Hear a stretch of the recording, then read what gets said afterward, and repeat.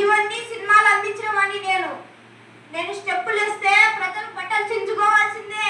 ప్రతి సినిమా చూసిన వాళ్ళు చెట్టు బాంబు రాసుకోవాల్సిందే. నేను నవ్వుతే ప్రజలు ఏడుస్తారు, నేను ఏడుస్తే ప్రజలు తలగొక్కుంటారు. ఇంకోసారి చూడద్దు గారు. చూడండి, మీరు ఎన్ని డ్యాన్సులు వేసినా, ఎన్ని స్టైళ్ళు పడినా లోకంలో లోకాశల వైపు చూస్తూ ఉన్నారు. యేసుని మీరు సొంత రక్షకులను అంగీకరించలేదు కాబట్టి మీ పేరు జీవగ్రంథంలో రాయబడలేదండి. నా పేరు లేదా? నా పేరు లేదా అంటే నేను ఇప్పుడు నరకానికేనా?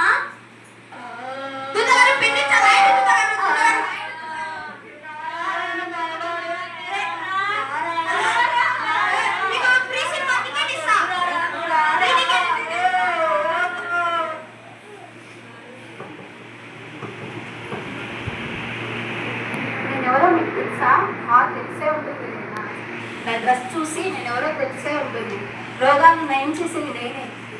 ఎవరు కనిపెట్టే టాబ్లెట్స్ కూడా నేను కనిపెట్టాను. నా ఖచ్చితంగా పరలోకంలో నా పేరు ఉంటుంది. ఎందుకంటే దేవుని తర్వాత దేవుళ్ళ నన్నే కదా పూజించింది. అందుకు ఒకసారి దూతగారిని వెళ్ళి జీవగ్రంథంలో నా పేరు ఉందో లేదో చూడు. దూతగారు, జీవగ్రంథంలో నా పేరుందా? ఎవరండి మీరు? మీ పేరు చెప్పండి. ఏంటి, నా పేరు తెలీదా? ప్రాణం పోసిన వాడిని నేనే, ప్రాణం తీసిన దాన్ని నేనే. ప్రతి ఇంట్లో ప్రతి ఒక్కరు నన్ను పూజిస్తూ ఉంటారు. నా పేరు తెలీదా? నా పేరు జయప్రభ, డాక్టర్ జయప్రభ. చూడండి, మీరు ఎంతమందికి ప్రాణం పోసినా, ఎంతమంది ప్రాణం తీసినా యేసుని మీరు సొంత రక్షకునిగా మీ పేరు జీవగ్రంథంలో రాయబడలేదండి. ఏంటి, జీవగ్రంథంలో లేదా? అయితే ఇప్పుడు నేను నరకానికి వెళ్ళేది.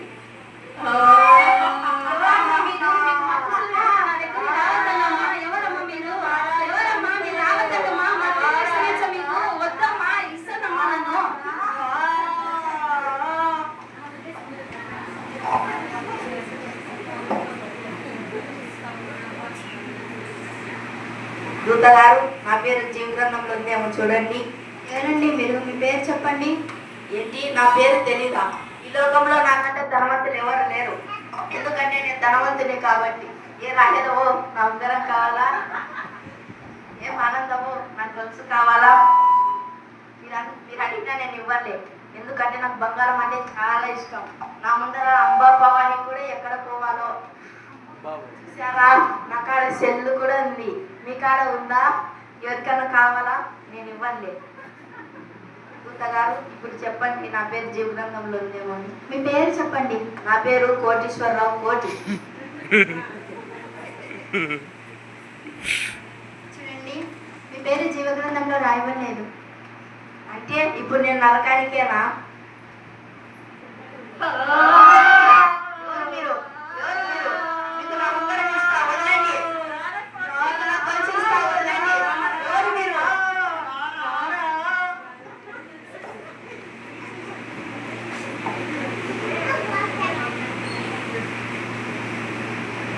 అందరికీ నా పేరు తెలుసా?